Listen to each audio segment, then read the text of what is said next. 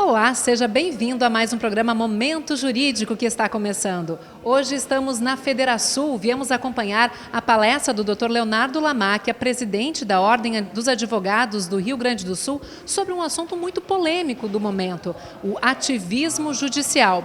Antes da palestra, ele concedeu uma entrevista coletiva falando sobre o assunto.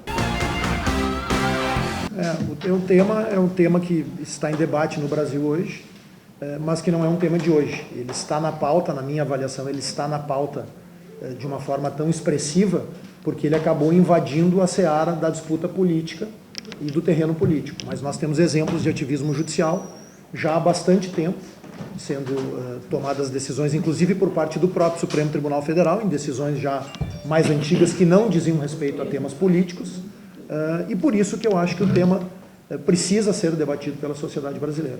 Não necessariamente uma decisão que caracteriza ativismo é ruim no seu mérito. E, inclusive, vou trazer alguns exemplos de decisões do Supremo Tribunal Federal que, na minha avaliação, se caracterizaram como ativismo judicial, mas que foram extremamente benéficas para a sociedade brasileira, como a questão das células tronco embrionária. O problema é que, quando nós avançamos o sinal da aplicação da lei, dos limites da lei, esta decisão ela pode, em determinados momentos, ser boa, em determinados momentos ser ruim. Por isso que o tema tem que ser debatido. Mas ele é complexo, ele é amplo. Eu não diria que há um culpado exclusivamente pelo fato. Há uma série de razões que levam hoje a isso. Mas o tema está muito em voga na medida em que as decisões recentes, que se caracterizaram como ativismo, acabaram interferindo na seara política. O Dr. Leonardo Lamacchia também comentou sobre um pedido que ele fez ao CNJ da retomada do atendimento integral na Justiça Estadual do Rio Grande do Sul.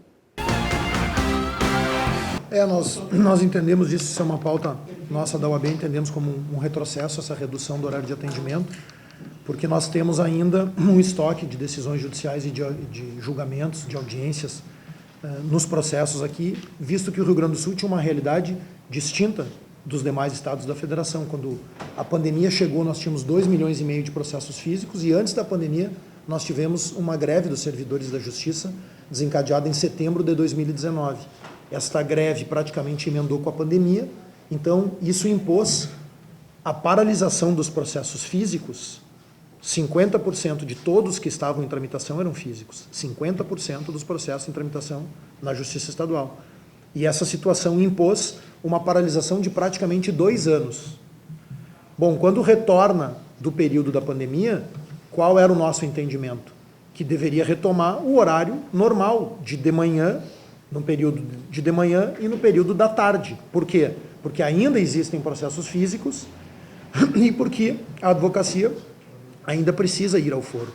Pode ser que no futuro, quando nós tenhamos plenamente implantado o processo eletrônico, essa necessidade se altere. Mas o fato é que, desde a retomada do trabalho normal do Poder Judiciário, em setembro de 21, praticamente, até agora, nós precisávamos, e ainda precisamos, do horário integral, e não da sua redução, sobretudo porque ainda temos efeitos deste período de paralisação e desta realidade que o Rio Grande do Sul vivia de 2,5 milhões de processos físicos. Por isso que a Ordem tem pleiteado a retomada do horário integral de atendimento no período da manhã e no período da tarde. E na entrevista coletiva, ele também aproveitou para divulgar um pouco do que está sendo preparado para os advogados e advogadas do Rio Grande do Sul nos próximos meses. Em agosto tem Cidade da Advocacia. Exatamente, nós teremos novamente o evento. O Dr. Marcelo esteve lá no ano passado representando o Ministério Público, também quero agradecer essa relação institucional que nós temos e cumprimentá-lo pelo término ontem da sua gestão, pela segunda vez à frente do Ministério Público. E nós teremos novamente a cidade de 8 a 12, um evento jurídico absolutamente inovador, foi o mais inovador do Brasil no ano passado, seja pela temática, seja pelo local, e vamos repetir aí com grandes debates, com grandes palestras, vamos debater temas como esse. Eu acho que a importância desse evento e a importância da Federação trazer este tema para debate é exatamente como o Dr. Marcelo Dornelles falava, nós precisamos debater, tentar debater de forma sem estarmos apaixonados, e nós vamos tentar fazer aqui exatamente uma reflexão e um debate técnico, né? Acho que a Constituição de 88 realmente desenhou e criou um ambiente para que decisões judiciais invadissem um pouco a seara de outros poderes, porque eu vou inclusive destacar isso também. A própria Constituição de 88, ela acabou, pela sua formatação, ela acabou misturando um pouco a própria competência dos poderes. Vejam no Brasil que o Executivo legisla por meio de medida provisória, o Legislativo executa por meio de emendas parlamentares e o Judiciário, ora legisla, porque assim é provocado, e eu vou também tocar nesse ponto, eu acho que foi muito oportuno a referência, doutor Marcelo. Quem sabe nós não devemos reanalisar as ações constitucionais, rediscutir. A ADPF é uma ação que tem sido largamente utilizada por partidos que praticamente não têm representação no Congresso Nacional. Então, o Supremo muitas vezes tem sido utilizado como um terceiro turno de debate. É feito um turno na Câmara, é feito um turno no Senado, e o partido que não se satisfez com a derrota que teve no âmbito da discussão do Parlamento, a partir de uma ação de descumprimento de preceito fundamental, judicializa e coloca o tema no Supremo. Aí eu discordo em parte, porque eu acho que o Supremo deveria estar sendo mais responsável também na análise dessas ADPFs. Ele deveria estar fazendo um filtro maior em relação à ADPF. Mas é bem verdade que a lei da ADPF, ela não exige esse filtro tão apurado. Então, pode ser que seja necessário propor um debate sobre o espectro da ADPF e das demais ações constitucionais. E o Dr. Marcelo Dornelles, que acaba de deixar o cargo de Procurador-Geral do Estado do Rio Grande do Sul, também comentou essa questão do ativismo judicial e como o Supremo Tribunal Federal muitas vezes acaba virando palco para um terceiro turno de debates. Essa é uma discussão importante, né? Porque, veja, a gente está falando hoje aqui sobre ativismo judicial, mas percebe-se claramente que o foco é o Supremo Tribunal Federal. Porque se vê que no judiciário estadual não há essa situação, né? Exatamente pela formatação que são de carreira, esses controles muito prévios, de postura e tal. E sim, existe, aí é outra discussão importante, existem dezenas de projetos de emenda na Constituição, no Senado e na Câmara dos Deputados, para fazer uma alteração no modelo de escolha. Que a ideia, e algumas são bem importantes, assim, que tivesse, em vez dessa livre iniciativa do presidente e pelo Senado, que aí efetivamente politiza a escolha, que ela tivesse representações indicadas pela OAB, pelo Ministério Público, pelo Judiciário Estadual, pelo Judiciário Federal, tivesse uma composição mais heterogênea na indicação, talvez fosse, e existem inúmeros projetos. Agora, aquela coisa, quem é que tem que decidir esses projetos de emenda constitucional? Não somos nós. Então, a possibilidade de fazer algumas alterações sobre isso é essa. Agora, outra coisa que eu sempre vejo, né? Quando está na oposição, tu critica todas as indicações do Supremo. Aí, quando tu vai para o poder, tu faz a mesma coisa. Então, se tu não mudar, e aí, foi o Lula, foi o Bolsonaro, não, todos fizeram isso. É que hoje as coisas são mais evidentes por uma polarização tão evidente, mas isso sempre foi assim. Pega um por um lá, sempre teve alguma razão, né? Então, o próprio lá, o que saiu agora, Marco Aurélio Mello, ele era primo do Collor de Mello.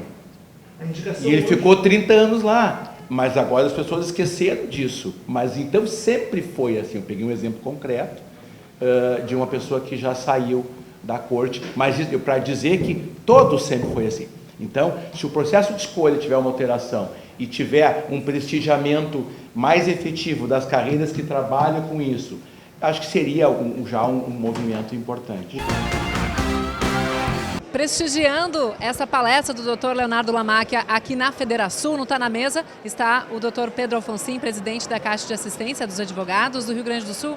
Dr. Pedro, sua avaliação, gostaria de saber a sua avaliação sobre o tema que está sendo debatido aqui, que é a questão do ativismo judicial, principalmente no que diz respeito às decisões que têm sido tomadas pelo Supremo. Como o senhor avalia essa questão? A postura está sendo muito política?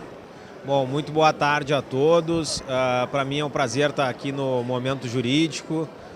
Nós estamos aqui na Federação para prestigiar a palestra do presidente Leonardo Lamacchia, representando a Ordem dos Advogados, que tem sempre uma posição forte, independente, e ponderada sobre temas como o ativismo judicial, que são temas que preocupam a sociedade como um todo.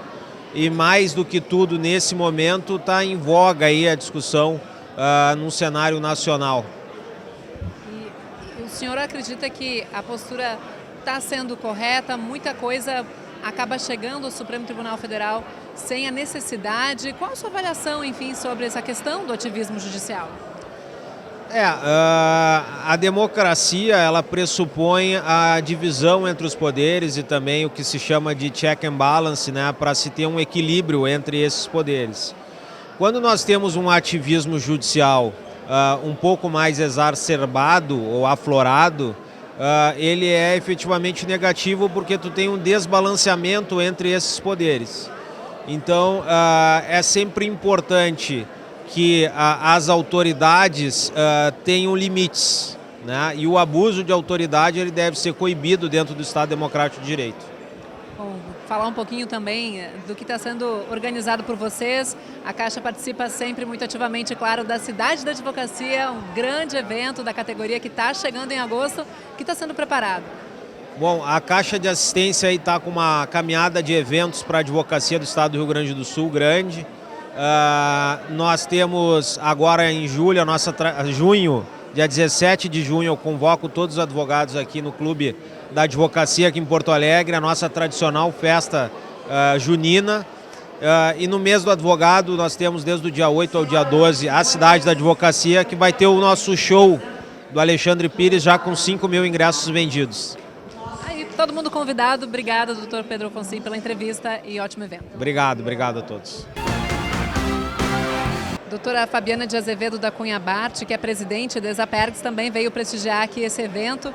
Discussão hoje sobre ativismo judicial, é o que está na mesa na Federação. Gostaria de saber qual é a sua avaliação, inclusive comentando a possibilidade de mudança na maneira como os ministros do Supremo Tribunal Federal são indicados. Você é favorável a uma mudança? Eu penso que o Poder Judiciário ele tem um papel central no Estado Democrático de Direito, então é natural que nós tenhamos essa discussão em relação aos limites do poder. Assim como temos a discussão dos limites de cada um dos poderes de Estado, né? Nesse sistema lá de Montesquieu de freios e contrapesos. Então eu penso que aqui nós temos um debate que é relevantíssimo para a sociedade, considerando exatamente esse papel central do Poder Judiciário na decisão das questões públicas como um todo e da nossa vida cotidiana, né? Pensando sempre que o sistema de justiça tem como objetivo trazer a paz na sociedade.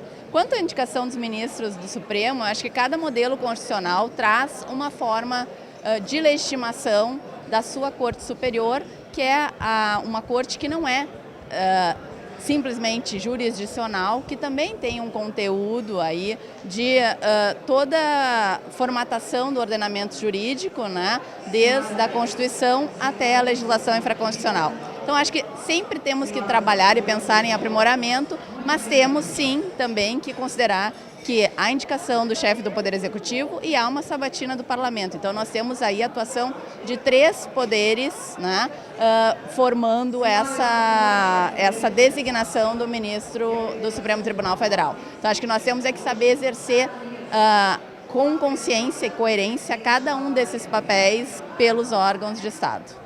Muito obrigada, doutora, e bom almoço. Obrigada, e é sempre um prazer falar com o Momento Jurídico.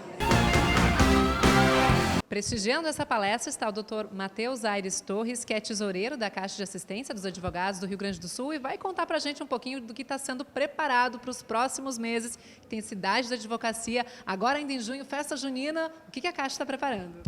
Exatamente, Dalva. Primeiro é um prazer estar falando para vocês, Momento Jurídico, para ti, para o Rogério, esse grande programa de vocês aqui. Enfim, a Caixa de Assistência não para, né? O sistema OAB não para de oferecer e para toda a advocacia do Rio Grande do Sul, atrações, sempre preocupados com a assistência, com a saúde e com o lazer. Temos dia 17 de junho a nossa festa junina. No dia 29 de junho nós vamos ter o show de talentos promovido pela vice-presidente Neuza Bastos, também que o advogado que tiver seu talento musical vai poder também fazer a sua apresentação. Temos também agora a Cidade da Advocacia sendo preparado com todo carinho para a advocacia gaúcha, do dia 8 ao dia 12 de agosto, com muitas atrações, muito mais atrações do que no ano passado. E vamos culminar com um grande show para a advocacia, no qual nós temos praticamente todos os ingressos vendidos já, com muita antecedência, com quase 2 meses de antecedência, praticamente todos os ingressos vendidos, com o show com o Alexandre Pires, o baile do Nego Velho. Então, o negócio não para. Fora isso, toda a questão relacionada à saúde, auxílios, a campanha de vacinação continua.